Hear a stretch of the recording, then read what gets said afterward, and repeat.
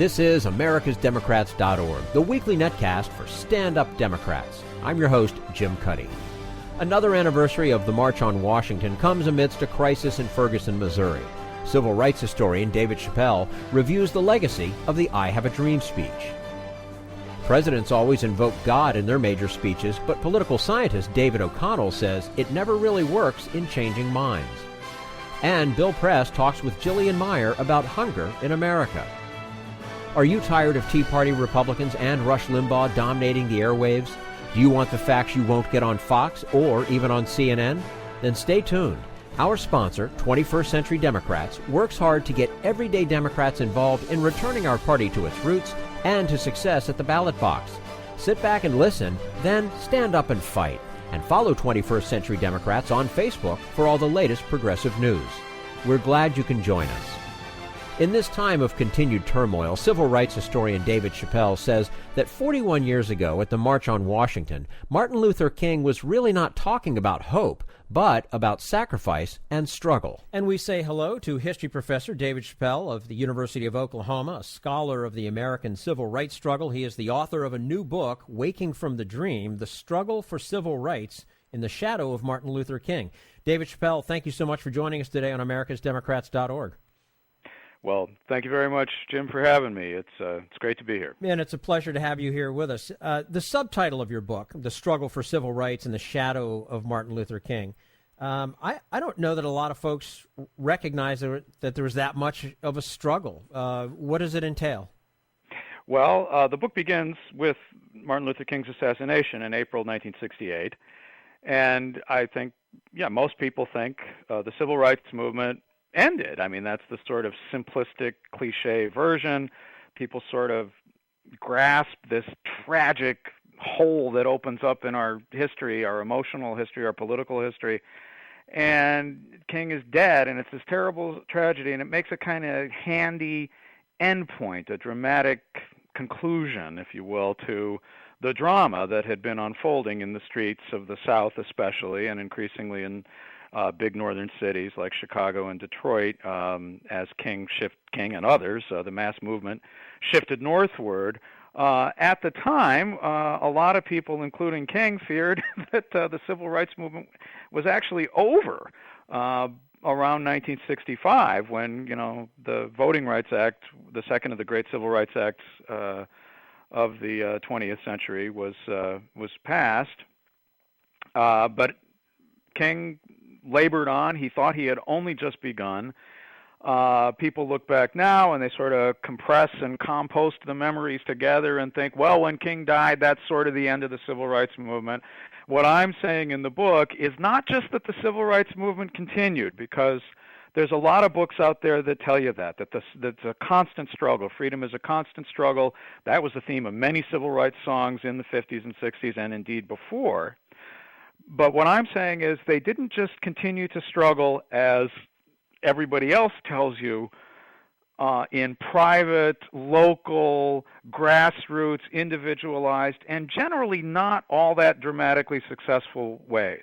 They also aimed high for the kind of dramatic, radical national legislation that would be internationally significant and historically earth-shaking, and that's what they continue to do. And I trace some successes and some failures in the effort to make major victories in changing the economic and political structure of the United States.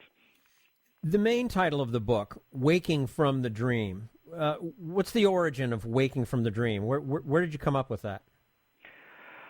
Well, I am trying to convince people that there was a realism in Martin Luther King's mind, and in the minds of the many, many grassroots activists who worked with him and sometimes got out in front of him and sometimes challenged his leadership, as some people thought he was too radical and too immediatist, too impatient, and some people thought the opposite, he wasn't radical enough. They continued struggling, but they did so, I think, with this abiding sense of realism. We look back on the 1960s and we think of young idealists protesting in the streets. And what I'm saying is, in this book, what the evidence shows is that the civil rights activists, not just King, had a very deep skepticism about liberal, optimistic theories of human nature, about the perfectibility of American institutions, etc. They were very, very skeptical about human progress. They did not believe that things were just getting better as a function of economic growth and the spread of education and scientific and technological knowledge. They believed, on the contrary, that social change required struggle and sacrifice on their part, and it required coercion and force to get the privileged classes of America or any other nation to give up their privileges against their will. It had to be a struggle, it had to be catastrophic, it had to be based on force, and that realism, that Machiavellian orientation, if you will, is fundamental to how the civil rights activists thought, how they strategized, and why they were as successful as they were able to be in that uniquely successful period of the ongoing struggle. We're speaking with University of Oklahoma history professor David Chappell, author of Waking from the Dream, The Struggle for Civil Rights in the Shadow of Martin Luther King. David, do you think that the Dream speech became so iconic of Dr. King only because of the events that came after it, or was it in fact recognized at the time as significant? Well, I think people understood that it was significant, and it really was a turning point in public consciousness of the civil rights movement, a turning point in the perception of pressure on Congress. That is, people in Congress and people in the White House perceived that the pressure had gone up and that the momentum of the movement was really irreversible at that point. People did not believe that the successes were around the corner. It turned out that the Civil Rights Act of '64 seemed to follow as a result of the Birmingham struggle and the dogs and the fire hoses in the streets, which was happening before the August '63 speech at the Lincoln Memorial, the so-called Dream speech. We can talk about why that maybe is a misleading moniker or handle to put on the speech. But I think people realized also that Dr. King was just an electrifying and charismatic leader who really gave people hope and a sense of strength, not optimism. It's an important distinction that he observed and many of his intellectual mentors and role models observed. They were hopeful. They had a strength and a belief that if they sacrificed and worked hard, they would be able to make some gains, historically unprecedented gains. But I think that as time passed, as the Dream speech recedes into the rearview mirror of our sonic and video memory, and a really artificial memory, created memory for people who didn't live through those times, it takes on a much larger significance as we get further and further away from it, as other memories, as the context, as the history behind it and the history subsequent to it fade. It remains as this bright, shining moment, and that's, of course, a distortion. But I think people recognized that it was important at the time, but it has loomed larger than is truly, realistically representative of its significance in the historical moment. I mean, there are because it was an episode that was a culmination and a turning point, but also part of an ongoing series of strategic and tactical moves, of brilliant speeches that King and others gave elsewhere. I think King was a gifted orator in the sense of his verbal delivery, but I argue in the book actually that he wasn't all that great in the art of composition. He is remembered, I think, properly remembered, not because of the speech or the silver-tongued oratory that he could certainly pull off, rising to the occasion, Rather, he is properly remembered as a significant figure because he delivered tactical and strategic successes that gave people hope, a realistic hope that they were getting somewhere, that they were negotiating with the powers and principalities, the powers that be. They were really making headway. They were really twisting arms and banging heads together and forcing their way, coercing their way to some very real victories in the streets as well as in the courts and in Congress. Well, and of course, time, what it does to history, and people think of Dr. King, they think of that speech, and that's it. Obviously, there's a heck of a lot more to it. You said that dream speech may not be the right moniker. Why? Well, he used many phrases, including one that I used, pardon the unavoidable plug, for my previous book, my second book, the one immediately before this, which was called A Stone of Hope.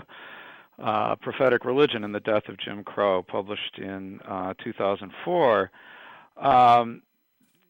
That figure of speech, a biblical one, Ebenezer in the Hebrew, which is the name of his daddy's church in Atlanta, and many African-American churches, especially Baptist churches around the country, usually translated as stone of help, but he, riffed on the rhetoric in the old improvisational tradition and converted it into stone of hope. And he said, we are hewing a stone of hope from the mountain of despair. And this, I think, really takes your focus to that issue of realism. He did not believe that progress was going to be anything like the automatic picture that it was in the post-World War II American liberal imagination. He believed it would require struggle. The stone was something they had to hew from the mountain. The mountain was the despair, the big thing. The stone is something little and hard to come by. And, they were going to get those victories. They were going to be hard won. That's another figure from that speech that I think is very important.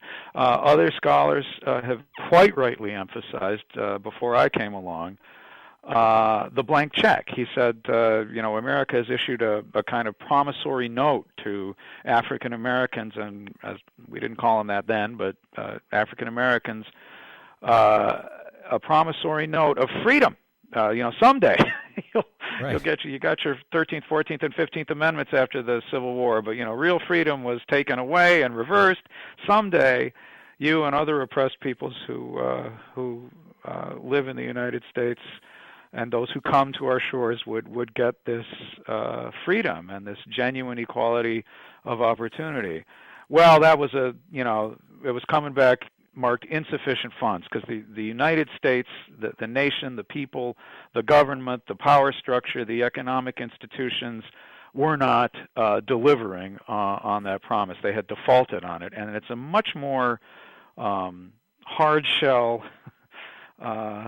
skunk at the picnic kind of message than people imagine in the little soundbite that they repeat to themselves, the sonorous, uplifting hope that they think is optimism, they think is a story about some great future day to come. That's not what that speech is about. It's about realism, it's about struggle, it's about sacrifice, and it's about demanding and winning by our power, of the power of our bodies in mass in the streets, by our economic leverage, by our rhetoric, yes, but the power we have, the leverage that we are gaining in our numbers to extract these victories that have been denied, have been repeatedly denied and been reversed once they've been granted in the past, and could, in principle, no reason to think they're permanent. They could be reversed again if we don't keep forcing the issue. Mm-hmm. Now, I'm going to ask you a question that, unfortunately, we don't really have time for the full answer that you could probably give. However, I'm going to ask you anyway.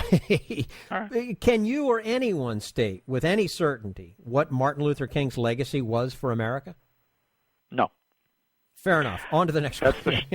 That's the short answer. Yeah. But I argue, and I say, if you want a longer answer, read the book. There are 5 episodes where people take the legacy, and they sort of move in rough chronological order, and take that legacy very seriously, and in many instances take it in a direction very different from the one that King envisioned. But people appropriated his legacy, and they sometimes were quite frank and self-conscious about altering it and pushing it in a direction that King hadn't tried and probably wouldn't have tried, such as a black nationalist, independent politics strategy that many people attempted in the National Black Political Convention, probably the largest political gathering in African American history in 1972. That's 4 years after King died. The people used his name to recruit people, used the powers and reputations of his proteges and lieutenants, including his widow and the one who became the most famous, wasn't at the time, Jesse Jackson, to promote a different message, a message that Jackson didn't agree with, and many people at the convention, and emphatically Coretta King did not agree with that nationalist direction.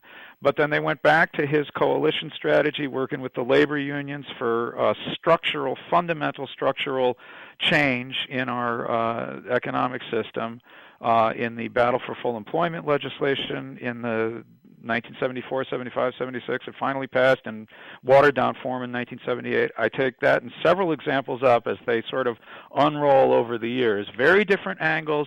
They learn their lessons.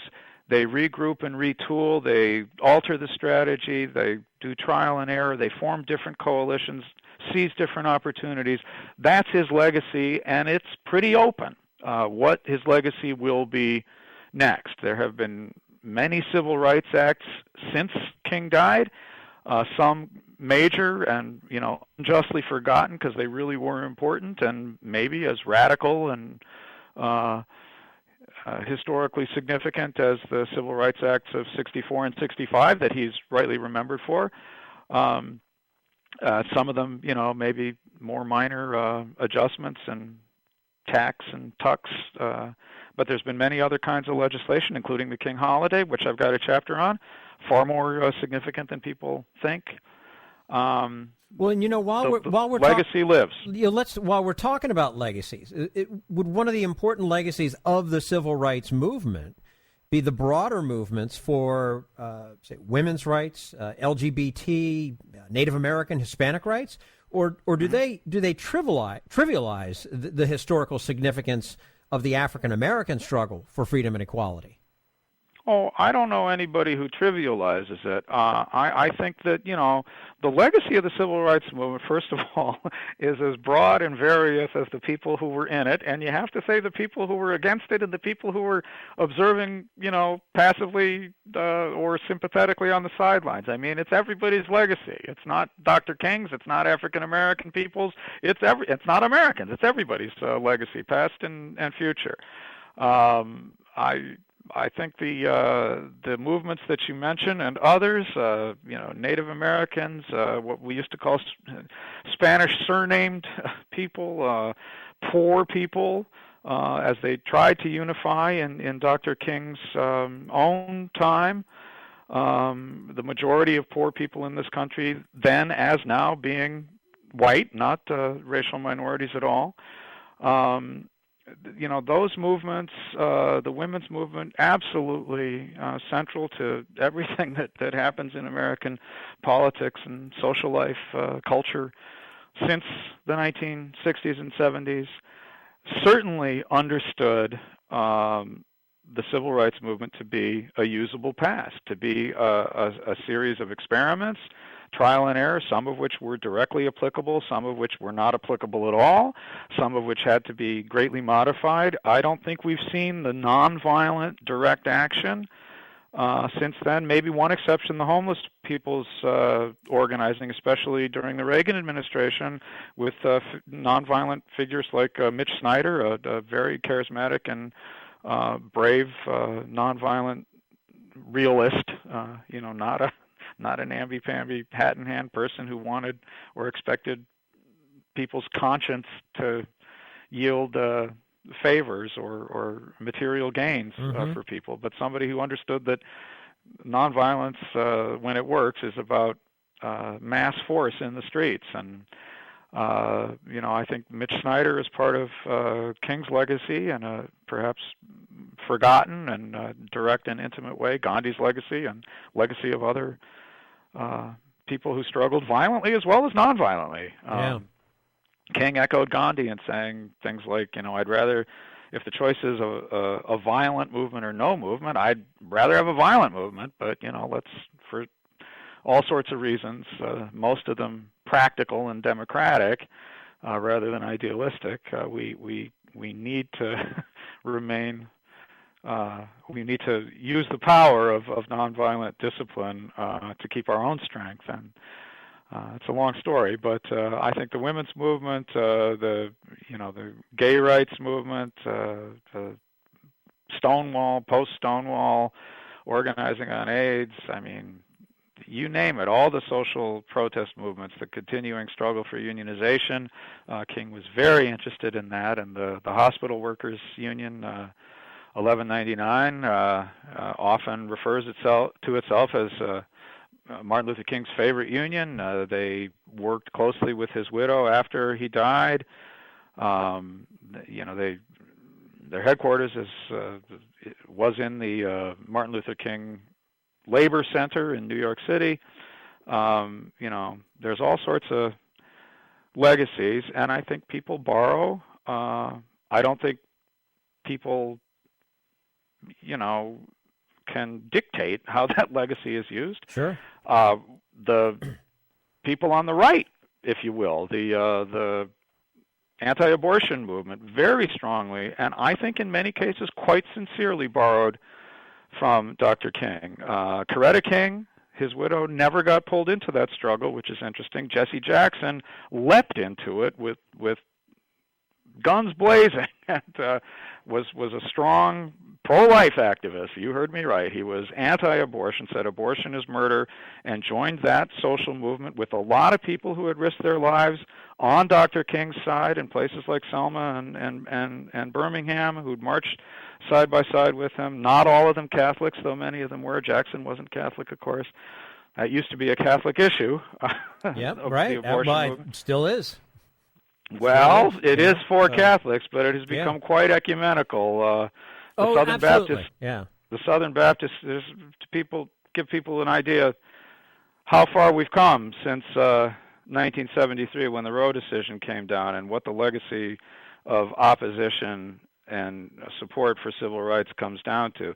The Southern Baptist Convention, the largest single Protestant religious body in the United States, supported the Roe v. Wade decision, the decision to decriminalize abortion in the first, past the first, up to the end of the first trimester in 1973, because they didn't want Catholic social doctrine to be enshrined in the institutions and laws of this massive nation. They saw that as a threat to the separation of church and state, which in those days the Southern Baptists honored as their own legacy, their own heritage, a fierce defense of the separation of church and state. And Jesse Jackson was on the other side. Jesse Jackson was on the right, if you will, of that issue. That was 1973, not so long ago, 10 years before Jackson reversed his position and became a maybe somewhat reluctant, grudging supporter of what we call pro-choice. And the Southern Baptist Convention, more complicated story, but they drifted into the militant fundamentalist takeover that obscures so much of Southern and Baptist history that it's all right, staggering. History professor David Chappell, University of Oklahoma. His book, Waking from the Dream, The Struggle for Civil Rights in the Shadow of Martin Luther King. David, thank you so much for your time with us today on americasdemocrats.org. We look forward to doing it again soon. Well, thank you very much, Jim. It was great for me. All right. And this is americasdemocrats.org, the weekly netcast for stand-up Democrats.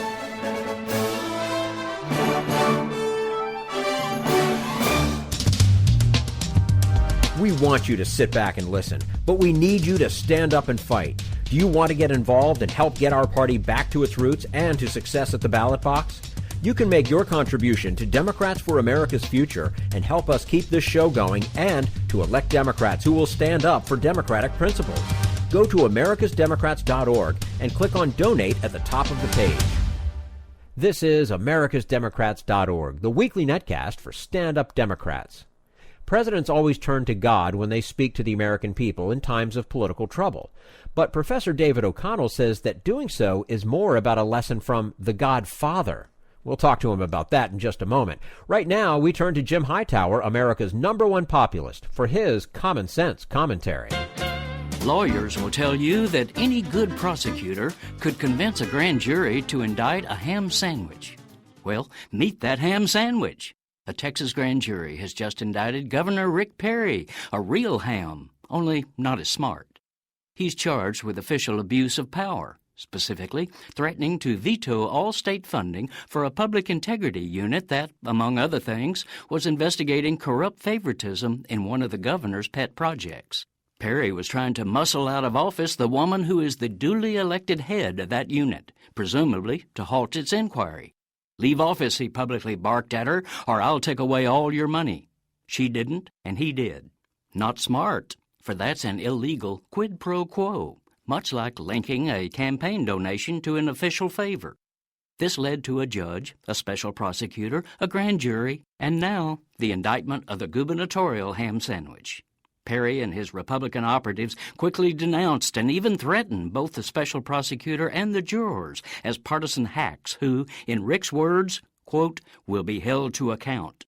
Thuggish as that is, the national media have mostly swallowed Perry's hokum that he's the victim, indicted for nothing more than exercising his veto power. "It's crude politics," Rick howled as he turned his courthouse mugshot moment into a raucous Republican political rally.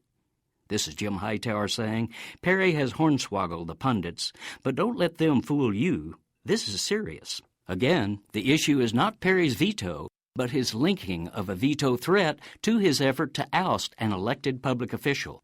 As for his hamming it up about being a poor victim of Democrats, the judge who appointed the prosecutor is a Republican, and the prosecutor himself was nominated to federal office by President Bush I and endorsed by 2 of Texas Republican senators.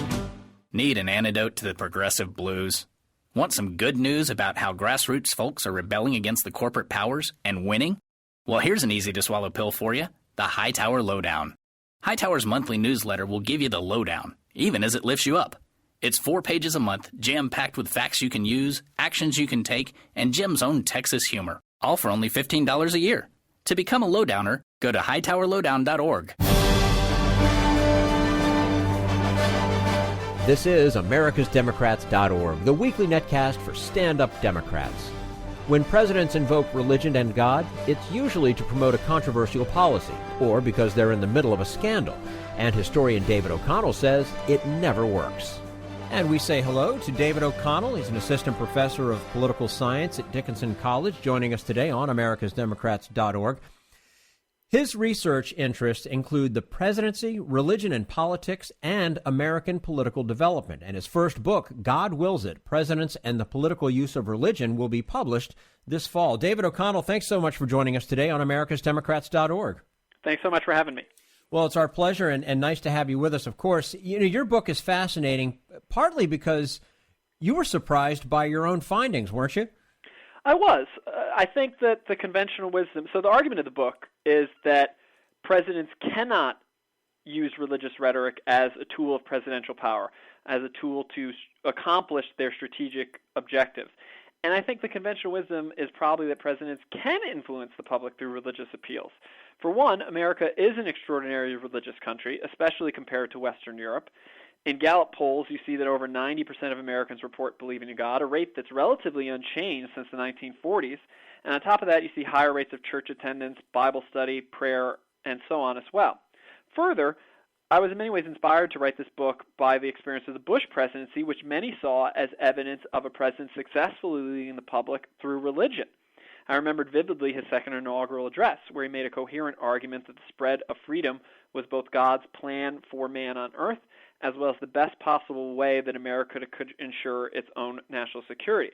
So I wondered if people found this persuasive, and I knew that a lot of people certainly thought these arguments were effective. In fact, I opened the book with a series of quotes from individuals who were criticizing Bush for manipulating the public through his religious rhetoric. So I probably did go in thinking that I would show that religious rhetoric was a powerful tool of presidential power, but that turned out not to be the case. Is it possible that the reason presidential references to God and religion don't work is because the public doesn't believe much of anything as a president says? I think that's definitely part of the story. There's growing skepticism among presidential scholars about the president's ability to persuade the public at all, regardless of the type of argument that they use. The record shows that even gifted orators like Reagan and Clinton were unsuccessful at convincing the public to support their agenda.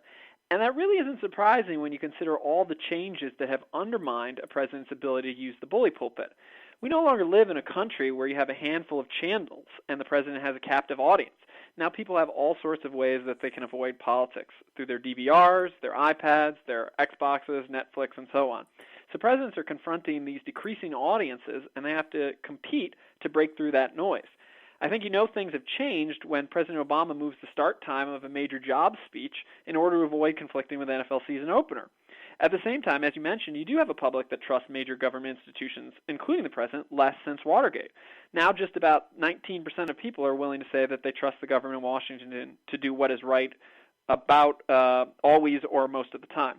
So these kinds of obstacles, smaller audiences, lower trust, make it difficult for any kind of rhetoric to connect. But I think religious rhetoric faces a special obstacle in that the country is becoming less religious over time. Now about 1/5 of the population declines to affiliate with a religion, a trend that's likely going to continue and make it even less likely that religious rhetoric is persuasive or meaningful as we go forward into the future. Tell us about Ronald Reagan's fascination with Armageddon and with astrology. Did his beliefs there affect U.S. policy? I think Reagan's interest in Armageddon probably did affect U.S. policy. As Reagan understood it, certain events in the book of Revelation, like a plague, could be interpreted as a prophecy of nuclear war. This was not a secret presidential fascination. Reagan was asked about Armageddon by People magazine and in one of his debates with Walter Mondale in 1984. His fears about Armageddon motivated his defense policy because he believed that a strong defense could deter nuclear war. He would always say something along the lines of no country ever went to war because they were too strong. Reagan really saw himself, according to his advisors, as a heroic figure on earth who had the power to avert something as terrible as the end of times. As far as the astrology goes, the Reagans were a superstitious couple. Reagan believed in visitations. He claimed to have heard his father's voice from beyond the grave during his dad's funeral. Reagan famously talked about Lincoln haunting the White House. The Reagans knocked on wood, they avoided walking under ladders, and they did all sorts of other little superstitious things. So an interest in astrology wasn't out of character for the Reagans, nor was it uncommon for a couple that had spent as long as they had in Hollywood. The news of Reagan's interest in astrology, however, first became an issue when his former chief of staff wrote in 1988 that the First Lady had consulted an astrologer named Joan Quigley on the scheduling of major presidential events, including summits with Soviet leader Mikhail Gorbachev. Nancy Reagan admitted to consulting with Quigley, but she explained that she had done so out of a search for comfort after the attempt on her husband's life in 1981, and she denied that any political decisions were influenced by her interest in astrology. So the truth of the impact of astrology on the Reagan administration, I think, is a little bit of an open question. Nancy Reagan certainly did have a lot of influence over her husband's schedule, but Don Regan, who wrote the memoir alleging for the influence of astrology on the day-to-day operations of the Reagan administration, is by definition a disgruntled former employee, so it's hard to know who was telling the truth here. Mm-hmm. We're speaking with David O'Connell, Assistant Professor of Political Science at Dickinson College. His first book, God Wills It, Presidents and the Political Use of Religion, is set to be published this fall. Reagan, of course, was elected with tremendous support from conservative Christians, but he really didn't give them anything, did he? I mean, in fact, you quote The Godfather on that score. Yeah, the Godfather quote actually comes from an unnamed Reagan aide who said that Reagan's strategy towards the religious right was based on the phrase, hold your friends close, hold your enemies closer. I think what his supporters and opponents often forget about Reagan is that Reagan was an extremely pragmatic politician. Reagan was someone who could spend his whole career denouncing communism and speaking out against the horrors of the, quote, evil empire, but then still react to an opening in the Soviet Union late in his administration, oppose conservative hardliners within the Republican Party, and negotiate a meaningful arms control agreement. Likewise, in 1981, Reagan passes the largest tax cut in American history, but then in 1982, confronted by a recession and a widening deficit, Reagan responded by passing a huge tax increase while still preserving a lot of his initial gains in terms of reductions in individual rates and so forth. So I think Reagan's approach to the agenda of the religious right also demonstrates this practicality. Reagan knew that he needed the support of conservative Christians, but he also knew that spending all of his time, say, trying to overturn Roe v. Wade or pass a constitutional amendment on school prayer was fruitless. So instead, he devoted most of his energy to his defense and budget policies and made mostly symbolic gestures to the religious right. He appointed some visible evangelicals to important or important-ish government posts, people like C. Everett Koop and James Watt. He secured some abstinence education funding. He had Ed Meese crack down on the ties that pornographers had to organized crimes. But he didn't really do much for those larger goals of the Christian right. It isn't just the religious right that has used God, though, right? I mean, didn't we see in civil rights legislation in the past get enacted through moral appeals? Yeah, that's absolutely correct. In the book, I trace how Presidents Kennedy and Johnson made very strong religious arguments for civil rights. Johnson especially so. Johnson would constantly speak to his audiences about the golden rule, do unto others as you have them do unto you. And he would urge them to place themselves in the shoes of an African American who couldn't even buy a cup of coffee in a diner, and then ask themselves how they would want to be treated and how they could not then support integration. He'd use Old Testament quotes. A favorite was, "Let us not wait for the day when the prophet will say that the harvest is past and the summer is ended and we are not saved." He would use these Old Testament-style admonitions to warn his audiences of the peril that segregation presented to their souls. He'd often remind his listeners simply that God made everyone in his image, not just some of us. I think this was really powerful language. And some people on the left, some intellectuals on the left, people like Jim Wallace or Yale professor Stephen Carter, have argued that liberals need to reclaim religious teachings in support of their social welfare policies, just like Johnson did. But I do want to be clear that I argue that civil rights passed for reasons besides these moral appeals. The comparison between the two presidents is a compelling testament to that point. Both Kennedy and Johnson made religious arguments for civil rights. Kennedy said that civil rights was an issue as old as scriptures. But when Kennedy died, his approval was in a free fall. He had lost about 10 points after he came out in favor of civil rights legislation in June of 1963, and he was deeply skeptical about the possibility of passing a bill through Congress. On the other hand, Johnson used similar religious arguments, but he got his legislation through. A constant, the style of argument, can't explain a variable, the different experience by president. So I would argue that Johnson had more success for other reasons besides those moral appeals. Things like his superior legislative skills, his higher public standing following Kennedy's death, the gradual evolution of opinion on civil rights, and so on. What are some of the issues right now, you think, that are ripe for political invocation of God? I mean, perhaps the Middle East is one, of course, but are there some domestic issues as well? Well, what I find in the book is that historically there are four kinds of issues that have lent themselves to religious rhetoric by presidents. One type of issues are foreign policy issues. So we've seen religious rhetoric used by Eisenhower to justify his foreign aid packages. We've seen religious rhetoric used by Reagan to argue for his defense budgets. And we've seen religious rhetoric used by both President Bushes in support of their war plans in the Persian Gulf. Second issue where we've seen religious rhetoric by American presidents is energy and environmental policy. So Carter strongly made the case that we need to be good stewards over the natural wonders that God had given to us. Third issue where we've seen civil rights, or rather where we've seen religious rhetoric, is civil rights, as we were just discussing, Kennedy and Johnson making religious arguments for civil rights. The fourth issue are scandals. Ford used religious language to justify the Nixon pardon, and Clinton used religious language to apologize for his affair with Monica Lewinsky. My argument would be that religious rhetoric naturally applies to these kinds of policies where it may not apply to policies like border control, school funding, highway construction, and so on. So if trends continue, I think you could see religious rhetoric appear in one of these areas. However, I wouldn't necessarily expect it to come from President Obama. Another thing that I find is that in the post-war era, two presidents never used concerted religious rhetorical strategies in support of their agendas: Harry Truman and Richard Nixon. Truman didn't use consistent religious arguments because he disliked people who made a show of their religion, something that's not altogether unsurprising given Truman's plain-spoken style.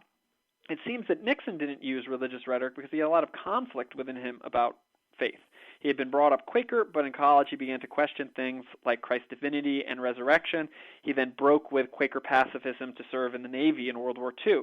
So Nixon's religious rhetoric was very limited, and it was also qualitatively different. It was almost a form of deism, where he would speak of a general kind of spirit in American society. Like Truman and Nixon, I think Obama is probably going to finish his presidency without making a concerted use of religious rhetoric for political gain, and again for personal reasons. He has a complicated political relationship with religion dating back to the 2008 campaign and his relationship with the controversial pastor Jeremiah Wright. And then at the same time, he's spoken publicly about the need to respect the view of atheists and others who are skeptical of religion. So I feel it's unlikely that we're going to see him use religion politically like most of his predecessors have. Do you think, by the time someone reaches the presidency, that they feel so anointed or perhaps even lucky that they more seriously believe in God than if they hadn't reached the top, or is using religion in policy debates a cynical ploy?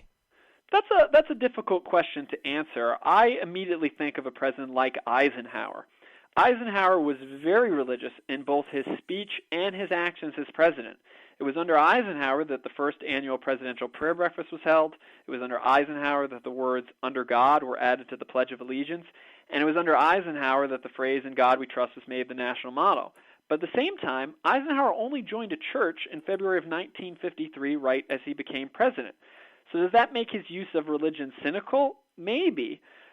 I'm not sure. It's tough to get in the head of these men, but I would at least accept that whenever a president uses religion in a policy debate, they do so strategically. And that's one of the big points that I'm trying to make in the book, that presidents don't speak in religious terms because they're comfortable doing so and because it's natural. They do so because they've been convinced by people within their administration, people surrounding them, their own intuition, that this is going to be a successful means of persuasion. So Carter is personally very religious. Right? But he only chooses to make religious arguments for his energy policies because of a memo he receives from his pollster that tells them that they would be accepted. Similarly, George H.W. Bush, personally religious. But he only chooses to make religious arguments for the Gulf War when his pollster tells him in the fall of 1990 that he needed to simplify his message in the run-up to combat operations. So I think the lesson of Carter and George H.W. Bush is that presidents can be sincere in their religious beliefs, but also strategic in their use of religious rhetoric. And I believe that's the most common kind of outcome. Mm-hmm. David O'Connell, assistant professor of political science at Dickinson College. His first book, God Wills It, Presidents and the Political Use of Religion, will be published this fall. David, thank you so much for joining us today on americasdemocrats.org. We enjoyed it, and we hope to do it again with you soon. Thanks. I hope so, too. Thanks very much. This is americasdemocrats.org, the weekly netcast for Stand Up Democrats. We want you to sit back and listen, but we need you to stand up and fight. Help get our party back to its roots and to success at the ballot box. Make your contribution to Democrats for America's Future to keep this show on the air and help elect stand-up Democrats. Go to americasdemocrats.org and click on Donate at the top of the page. This is americasdemocrats.org, the weekly netcast for stand-up Democrats. And now, Bill Press and his guest, Jillien Meier, with shocking statistics on hunger in America. With all the important, particularly news from the Arab world and from Iraq and Afghanistan these days, one subject that has not gotten a lot of attention but got my attention is a recent report, a couple of reports on the level of hunger in America today, which I found absolutely shocking, and we're not talking enough about. We wanted to find out more about it, so we have invited Jillien Meier, who's a senior manager of the group called No Kid Hungry, in the studio this morning to join us. Jillien, thanks for coming in. Thanks for having me. So you look at, you call it food insecurity. How many Americans are in that category? So how many Americans suffer hunger? It's every day. Yeah, so food insecurity is this term we use to say how many people in this country don't have enough access to regular food that they need to live healthy lifestyles. And so right at this moment, we have about 49 million Americans in this country suffering from food insecurity. About 16 million of those are children. So 20% of our children are food insecure. That's like, is that, I've seen the number 1 out of 7 Americans? Yep, that's it. Wow. And 16 million children. So, not having regular access to food. So it's horrifying. It is. It is. I mean, just to think of that in this country. So what do people do? I mean, with food insecure, I mean, do they go to a food bank? They got food stamps, or just don't eat for 3 meals a day, or what? You've sort of hit the nail on the head with all of those statements. So what we see is families have a number of strategies they use to make ends meet. We see them making trade-offs between medicine and food, housing and food, heating and food. We see people applying for food stamps. We have a number of child nutrition programs like school breakfast, after-school meals, summer meals that families can access if they're low income to get free meals for their kids. We see growing numbers of families at food banks. We know from a recent report from Feeding America, which is a national nonprofit that oversees a network of food banks across the country, that they can't keep up with demand. They have to turn families away because they have run out of food and they can't give families what they need. And I know from the Feeding America report, another number that startled me is that the number of military families. These are people, I mean, who are on active duty, right? Or they're families of people on active duty. Members of our military serving our country. I mean, I think this is the first time we've ever heard this statistic, at least at Share Our Strength. I think this is the first time Feeding America has asked it of their clients. And so what we know is there's about 20% of clients that go to food banks that have at least one member of the military in their family. Whoa. That was a kick in the gut. Yeah. When we talked about that was a holy crap moment of how bad the situation is. Yeah, I mean, they're in uniform, they're defending our country, and their families are forced to go to a shelter or a food assistance program, get food stamps. I mean, I knew the pay in the military was not great, but I didn't know it was that bad. Well, I think what you need to think about is really the price of food in this country. You know, price of food is increasing. The price of housing is increasing. We have, price of medicine is increasing. We have all of these factors that impact. So it all impact. ties together, right? Exactly. So it's, it's not just military families. It's families with kids. It's families that have adults with disabilities. We know a third of the families that go to food banks have an adult with a disability in their family. These are working people, and they can't make ends meet with what they have. So has the situation gotten worse in this country, do you know? Or has this always been this bad? It ebbs and flows. We know food insecurity is cyclical and it's periodic. So, the average family is food insecure for about 7 months out of the year. And it's not necessarily every day. They can have good weeks, they can have bad weeks. But, we're looking at over the stretch of a year, are you getting what you need? And so It's gotten better as we've moved further away from the economic downturn. It was 1 in 6 Americans are food insecure. Now we're at 1 in 7, which not necessarily something to cheer. Right? Yeah. From our perspective, we're making strides in the anti-hunger community against this battle. We think we are making strides towards ending, especially childhood hunger, which is what we focus on at Share Our Strength. But people have forgotten about the economic downturn, especially in big cities where, we weren't as hit as hard. We've forgotten. It seems like 2008, that was a really long time ago. But we know 49 million Americans are still struggling. They haven't made it out into the recovery like so many of us have. Is junk food part of the answer? I mean, should not be, but is it part of it? Yeah, and I think what we saw in the Feeding America report is that families are choosing unhealthy food because it's cheaper. And, it's one of the trade-offs they're making. They know it's unhealthy. They don't need to be told they're not making good choices. But when you can't afford anything else, it's what you do to feed your kids. You can't let your kids go to bed hungry at night. Mm-hmm. So What's the answer? Is it more money for federal programs? I mean, rather than cutting food stamps, putting more money into food stamps, or is it, churches and local communities doing more, or again, all of the above? I think you've hit it again. I think it's a great question. I think if you ask anyone sort of from my world, the anti-hunger world, they would say all the things you just mentioned. We have this safety net, and we just need to improve access to it. We have these fantastic federal nutrition programs run by the USDA. And they're entitlement programs, so they're designed to expand as need expands. But families can't always access them. It's really hard on the local level to get through the administrative hurdles and the red tape sometimes. And a lot of families we know are embarrassed to ask for help. I think the pride and the stigma attached to these programs is immense. And so that's why at Share Our Strength we focus on reducing that stigma. So, for example, school breakfast, I'm sure you remember the poor kids went down to the cafeteria before school started to get breakfast. Right. So we want to take breakfast out of the cafeteria and put it in the classroom so all kids are eating together. And it's the poor kids, the not so poor kids, because we know there's a lot of those kids in that area that are not quite poor enough to get free meals. So everyone eats together as a community, and they socialize with their peers, and the teachers, teach them something in that time period, help them with their homework. So we really want to reduce that stigma so families feel more comfortable getting help that they need.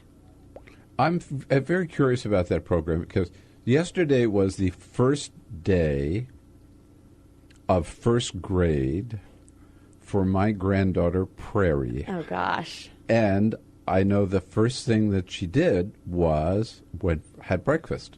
Now, fortunately, their parents, there's no food insecurity in that family. I mean, they're able to provide meals for their kids and for themselves, and so she can have a healthy breakfast at home. But when she goes to school, and it was the same in preschool, everybody had breakfast. Exactly. They had breakfast for everybody there, so that those who couldn't afford to feed their kids at home, those kids don't feel different or whatever. Exactly. And we think it's good for them. Is that happening around the country in public schools? Yeah. So that's something that we're promoting. It's something a lot of our organizations, our anti-hunger friends promote, something the USDA promotes.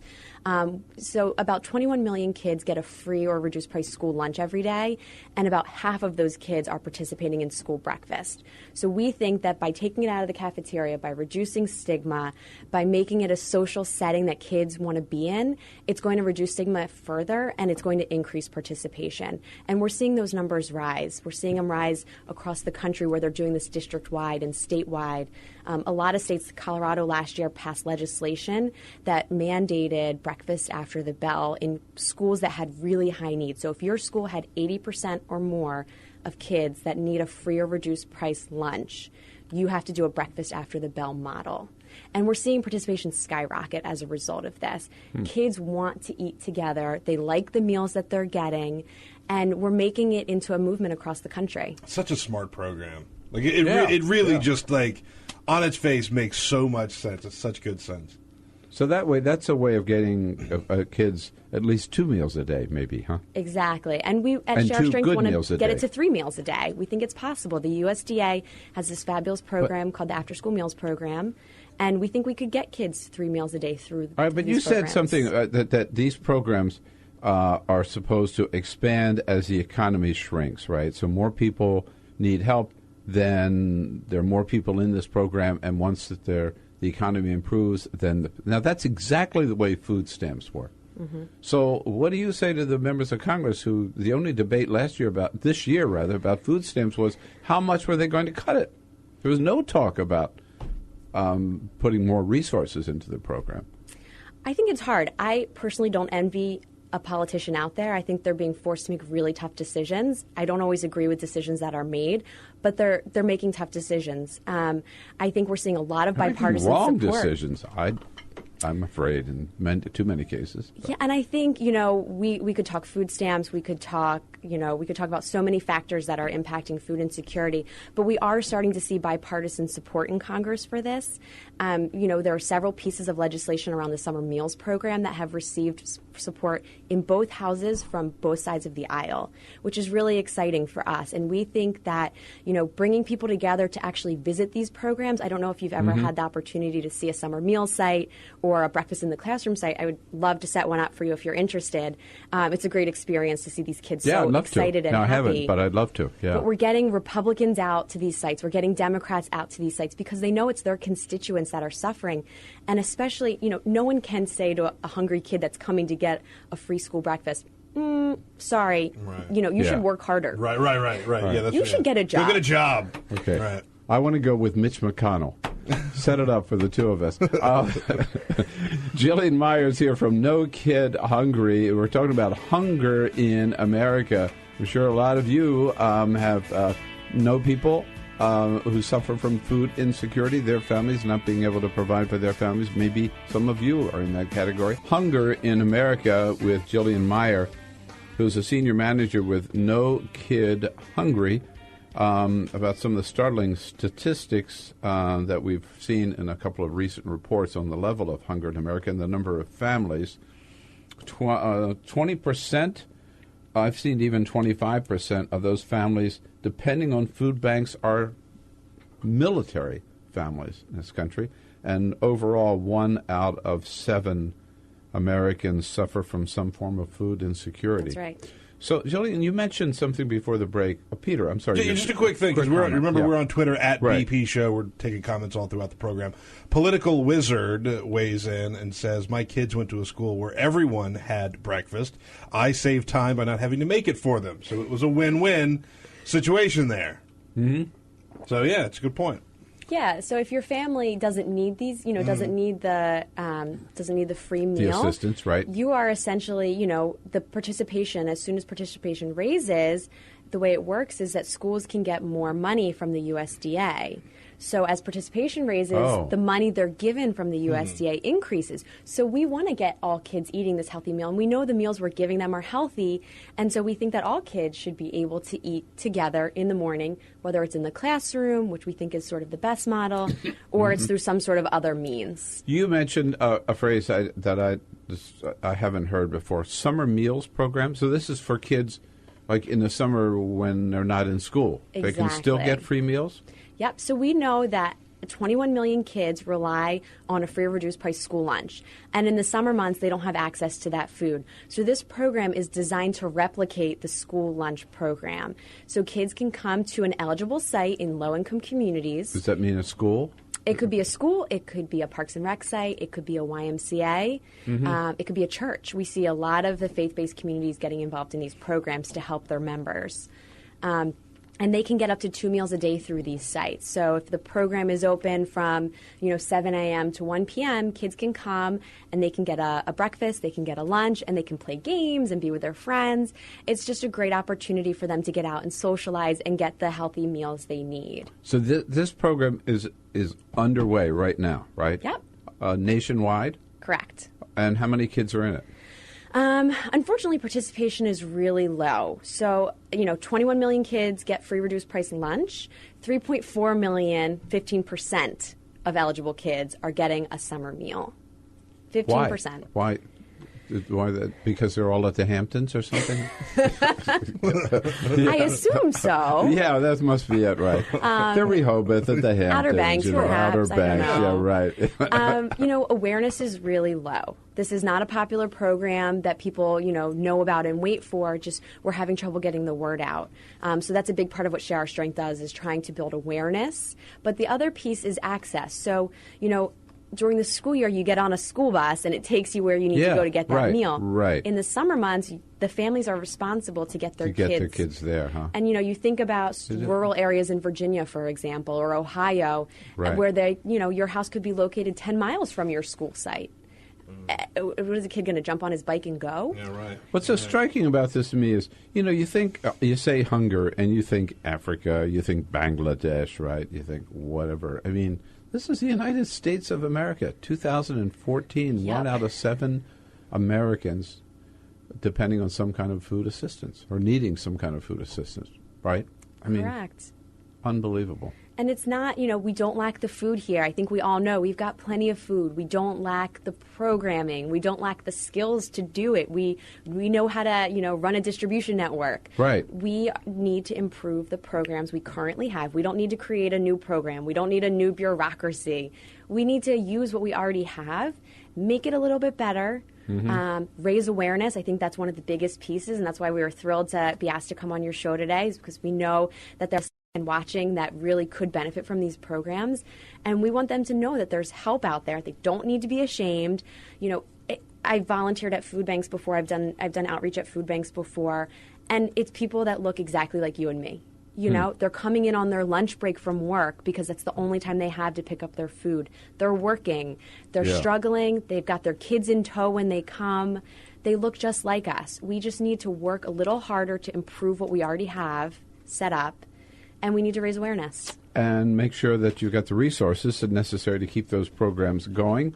And you can find out more, because our time is up, but you find out more about the good work of No Kid Hungry at nokidhungry.org. Correct. Right? And even maybe find out in your local community how you can pitch in and help out as well. You're doing the Lord's work, Jillian. Thank you so much. Thanks for having me. It was a pleasure. Thanks for coming in. That's all for AmericasDemocrats.org. Thank you to all who made today's show possible. David Chappell, David O'Connell, and the entire Bill Press team. And thank you for listening. If you liked what you heard, please get involved in our efforts to keep this show going and to elect Democrats who are bringing the party back to its roots. Go to AmericasDemocrats.org and click on Donate at the top of the page. And be sure to find 21st Century Democrats on Facebook. For AmericasDemocrats.org, I'm your host, Jim Cuddy.